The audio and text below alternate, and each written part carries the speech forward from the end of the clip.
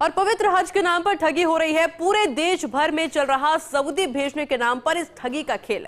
राजस्थान के सैकड़ों व देश भर में हजारों युवाओं से ठगी हुई है। सऊदी में हाजियों की खिदमत के लिए भेजने के नाम पर ठगी हुई। यहाँ फर्जी वीजा और फर्जी टिकट थमाकर युवाओं को एयरपोर्ट भेज दिया। जयपुर एयरपोर्ट पर पहुंची तो पता चला कि वीजा और टिकट फर्जी है। तब जाकर युवकों को पता चला कि उनके साथ में ठगी हुई है। नोएडा के सेक्टर 16 मेट्रो स्टेशन के रहने वाले आशिक अली और जोधपुर का मुख्तार बताया जा रहा है इस पूरे खेल का मास्टरमाइंड। दोनों मिलकर प्रति व्यक्ति से वसूले 35 से 40 हजार रुपए। आशिक ने ठगी के शिकार युवकों को भारत नगर गुरुद्वारा दिल्ली बुलाकर करवाया फर्जी मेडिकल। वही मुख्तार ने जयपुर, जोधपुर, टोंक, कोटा, नागौर सहित कई जिलों के युवकों को विश्वास में लेकर पैसे अकाउंट में डलवा लिए हैं।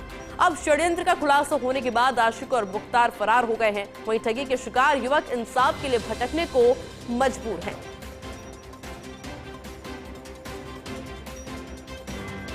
लेकिन प्रशासन के द्वारा कोशिश फिलहाल यही की जा रही है कि जितनी जल्दी हो सके इन दोनों ही आरोपियों को पकड़ा जाए, क्योंकि कई लोगों के साथ में ठगी ये दोनों कर चुके हैं। कई रुपए ऐंठे जा चुके हैं अभी तक, और ऐसे में किन किन लोगों से अभी तक ठगी की गई है यह भी सामने आएगा जब इनसे पूछताछ की जाएगी, जब इनकी गिरफ्तारी होगी। लेकिन फिलहाल कोशिश यही कि जितनी जल्दी हो सके इनकी गिरफ्तारी हो।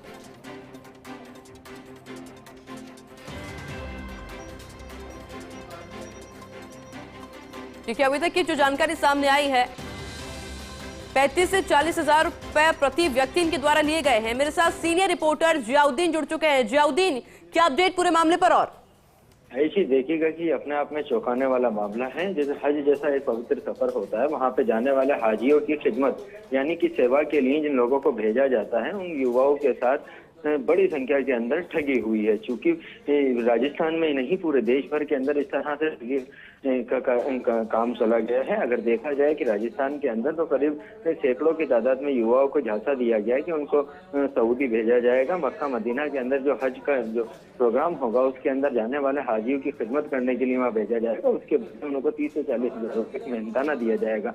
और चूंकि वहाँ पे जाने वाले जितने भी युवा थे उन्होंने झांसे में आके 30 से 40 हजार रुपए के बीच के अंदर जमा भी करा दिए। ये पैसे जमा होने के बाद ही उसके बावजूद भी उनको भेजा नहीं गया। यहाँ तक कि फर्जी वीजा, फर्जी टिकट तक उन युवाओं को थमा दिए गए। जब वो एयरपोर्ट पहुंचे तो एयरपोर्ट पे मौजूद सुरक्षा एजेंसियों की तरफ से कहा गया कि ये वीजा फर्जी है और जिस टिकट दिया गया वो फ्लाइट संचालित नहीं होती। उसके बाद उन युवाओं को पता चला।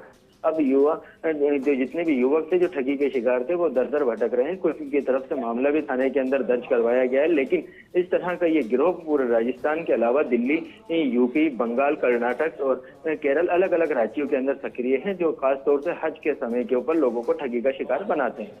जी अच्छा जियाउद्दीन, क्या और भी किसी एयरपोर्ट पे ऐसा कुछ देखने को मिला कि जिनसे पैसे ले लिए गए हो और फर्जी वीजा पकड़ा दिया गया हो? क्योंकि जयपुर एयरपोर्ट की तो घटना आपने बताई, पर ऐसे भी कई लोग होंगे।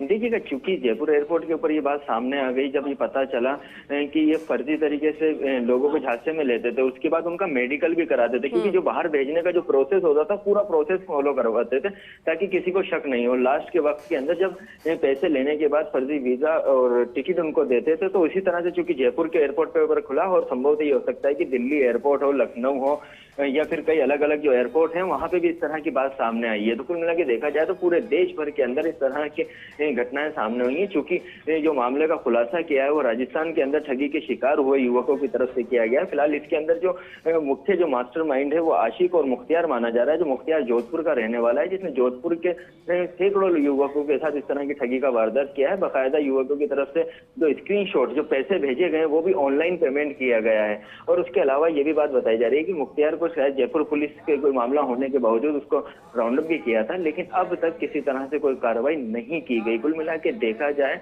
तो ठगी का ये एक नया तरीका है। पवित्र हज के नाम पर इस तरह से ठगी की गई है। लोगों में आक्रोश भी है, लेकिन जो लोग वहां पे खिदमत के लिए जा रहे थे उनकी असलियत ये है कि उन्होंने कई लोग ऐसे थे जिन्होंने कर्जा लेकर वहां पे सऊदी अरब जा रहे थे। अब उनके साथ किस तरह से न्याय हो पाएगा, क्योंकि ठगी करने वाले इस तरह से ठगी की वारदात को अंजाम देते हैं और उसके बाद फरार हो जाते हैं। जी आइए।